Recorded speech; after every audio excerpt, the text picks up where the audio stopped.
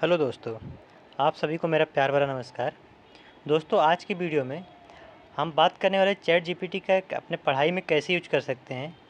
तो आज एक छोटा सा आपको डेमो दिखाने वाला हूँ कि चैट जीपीटी को कैसा कमांड दिया जा सकता है और कैसा उसका एनालिसिस आ सकता है।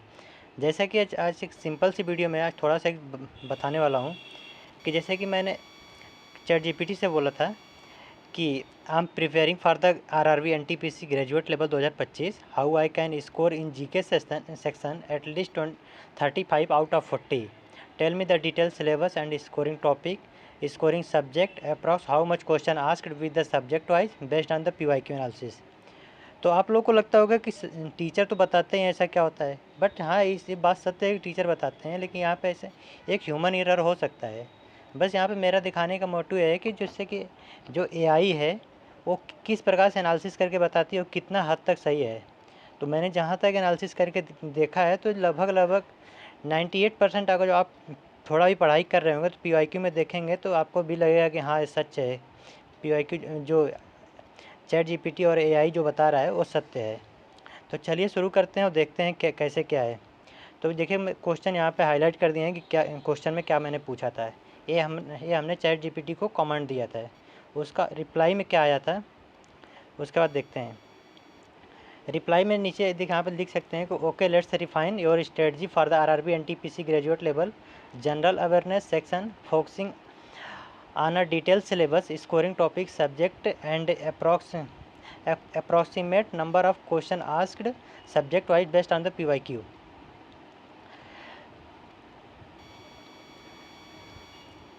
देखिए, फर्स्ट यहाँ पे दिया गया है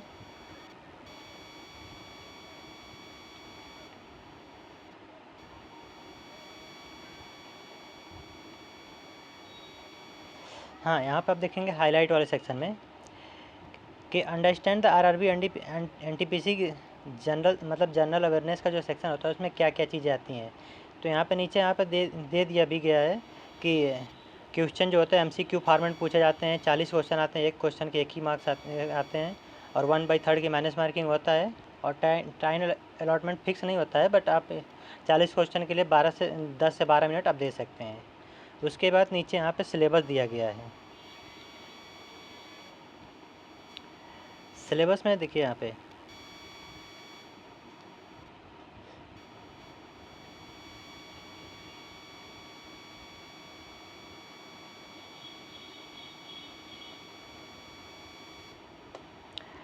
Here the detailed syllabus of the subject wise based on PYQ। Number 1 पे दिया गया है करंट अफेयर सेक्शन।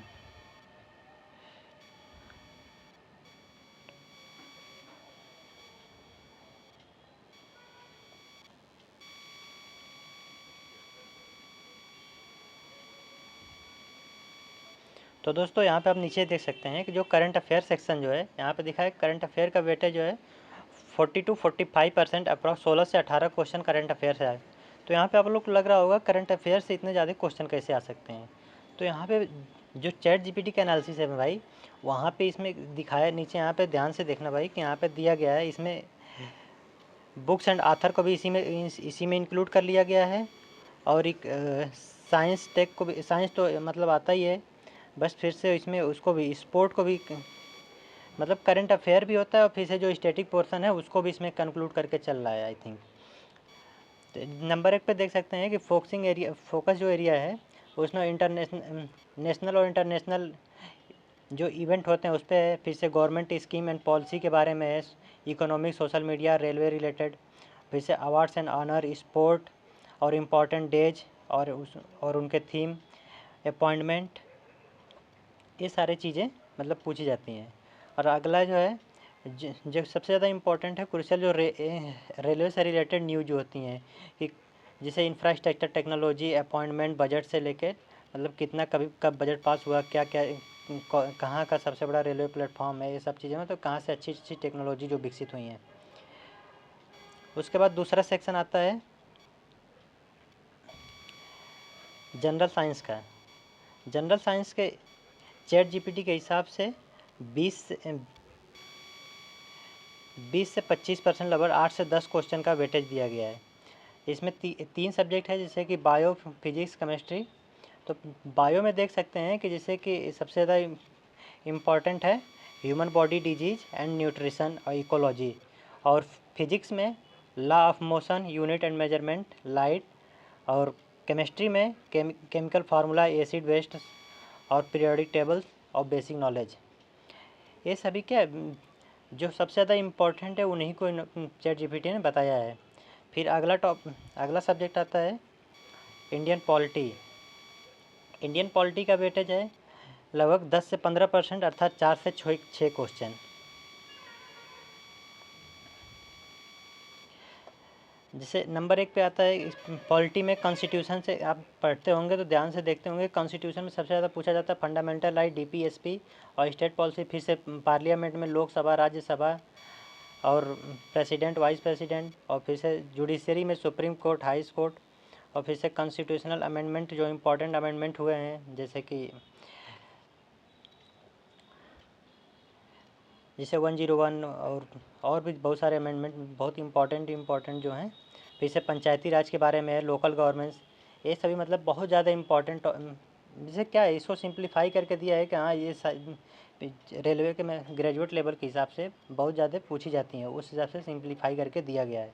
फिर अगला सब्जेक्ट आता है हिस्ट्री से। हिस्ट्री बहुत ही वास्ट है, पर फिर भी इन्होंने यहाँ पे चैट जीपीटी ने बहुत कंसाइज करके बताया। जिससे हिस्ट्री में है 10 से 15%, 4 से 6% का इसका भी वेटेज है। सबसे ज़्यादा इम्पोर्टेंट इसमें क्या है, मॉडर्न हिस्ट्री। मॉडर्न हिस्ट्री से नेशनल मूवमेंट और गांधीन एरा।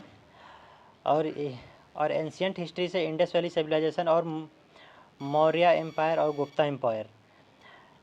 और फिर से है मेडिवल हिस्ट्री से दिल्ली सल्तनत और मुग़ल एम्पायर। ये सभी ये तीनों हो गए मॉडर्न मेडिवल से। मतलब क्या है, जिसे देख सकते हो कि कितना कंसाइज ने बताया कि मेडिवल हिस्ट्री बहुत बड़ी है। उसमें क्या है, जैसे सबसे ज़्यादा फोकस एरिया क्या है, दिल्ली सल्तनत और मुग़ल एम्पायर। उसके बाद नेक्स्ट सब्जेक्ट आता है इंडियन जियोग्राफी। जो लोग पढ़े होंगे इंडियन जियोग्राफी के बारे में पता होगा कितना बड़ा सिलेबस है। बट फिर भी यहाँ पे सबसे ज़्यादा फोकस किस पे किया गया है कि जो इंडियन रिवर सिस्टम है, फिर से माउंट एंड प्लेट्यू जो है, क्लाइमेट है, और नेशनल पार्क है, और मेजर एयरपोर्ट और पोर्ट जैसे होता है ना, बंदरगाह, और ये सब सारी चीज़ें। अगला इकोनॉमिक्स का ज़्यादा वेटेज नहीं है, 10 से 15%, अर्थात 2 से 4 क्वेश्चन पूछा जाएगा।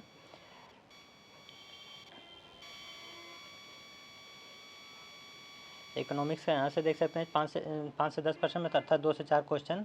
बेसिक इकोनॉमिक्स में ज़्यादातर फोकस इस पर किया, चैट जीपीटी, इन्फ्लेशन क्या होता है, एम्प्लॉयमेंट क्या होता है, बेरोजगारी, मतलब कि 5-6 टाइप की बेरोजगारी होती है, संरचनात्मक बेरोजगारी वगैरह। इससे इंडियन इकोनॉमिक्स में क्या है, वो चीज़ पूछी जाती हैं, जैसे कि एग्रीकल्चर सेक्टर में और सर्विस सेक्टर में क्या क्या प्राइमरी, सेकेंडरी और टर्सरी के बारे में पूछा जाता है। और इम्पॉर्टेंट इकोनॉमिक्स पॉलिसी जो आज नई आती हैं, जैसे कि जैसे अभी जल्दी जो जैसे बिल वगैरह कुछ पास होते हैं, कि कुछ बजट वगैरह, उससे रिलेटेड सारी चीज़ें। उसके बाद आता है इस सिलेबस में कंप्यूटर भी है। तो कंप्यूटर का ज़्यादा वेटेज तो नहीं है, 0 से 5% का वेटेज है, अर्थात 1 से 2 क्वेश्चन है, कभी हो सकता है कि ना भी आए। तो ज़्यादा कुछ पढ़ना नहीं है कंप्यूटर में, तो थोड़ा बहुत पढ़ सकते हैं सॉफ्टवेयर के बारे में, या ज़्यादातर इसमें फोकस कर सकते हैं कि उस पर फुल फॉर्म, कंप्यूटर के जो फुल फॉर्म वगैरह होते हैं। उसके बाद जो रेलवे के स्टूडेंट होंगे उनके लिए ज़्यादा स्टैटिक जी के इम्पोर्टेंट नहीं है, according to ChatGPT. Static GK में आर्ट एंड कल्चर और वर्ल्ड हेरिटेज साइट और इम्पोर्टेंट इन्वेंशन एंड डिस्कवरीज और इम्पोर्टेंट नेशनल इंटरनेशनल ऑर्गेनाइजेशन और बुक्स एंड ऑथर। मतलब ओवरऑल जो स्टैटिक का 5 से 10% का वेटेज, अर्थात 2 से 4 क्वेश्चन का है। उसके बाद नीचे जो दिया गया है, 1 मिनट,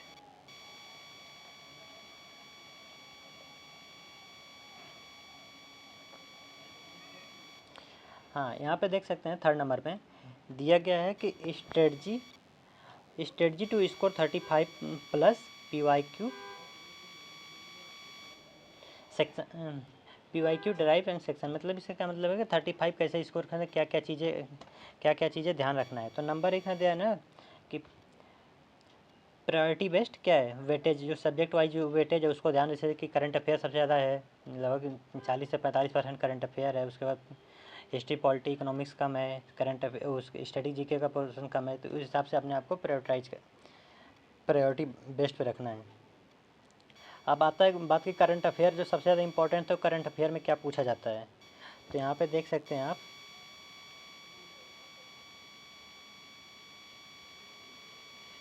करंट अफेयर के लिए जो यहाँ पे दिया गया टारगेट प्रिपरेशन जो होता है, फोकस लास्ट 6 to 8 मंथ के करंट अफेयर जो सबसे ज़्यादा ज़रूरी होता है। जैसे उसमें क्या चीज़ें कि न्यूज, मेजर गवर्नमेंट स्कीम और जो भी इवेंट नेशनल और इंटरनेशनल इवेंट होते हैं उन सब के बारे में ध्यान रखना है।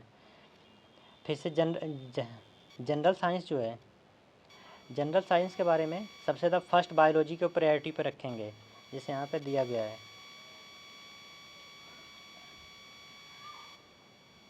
यहाँ पे जैसे जनरल साइंस में सबसे पहले बायोलॉजी को रखा है।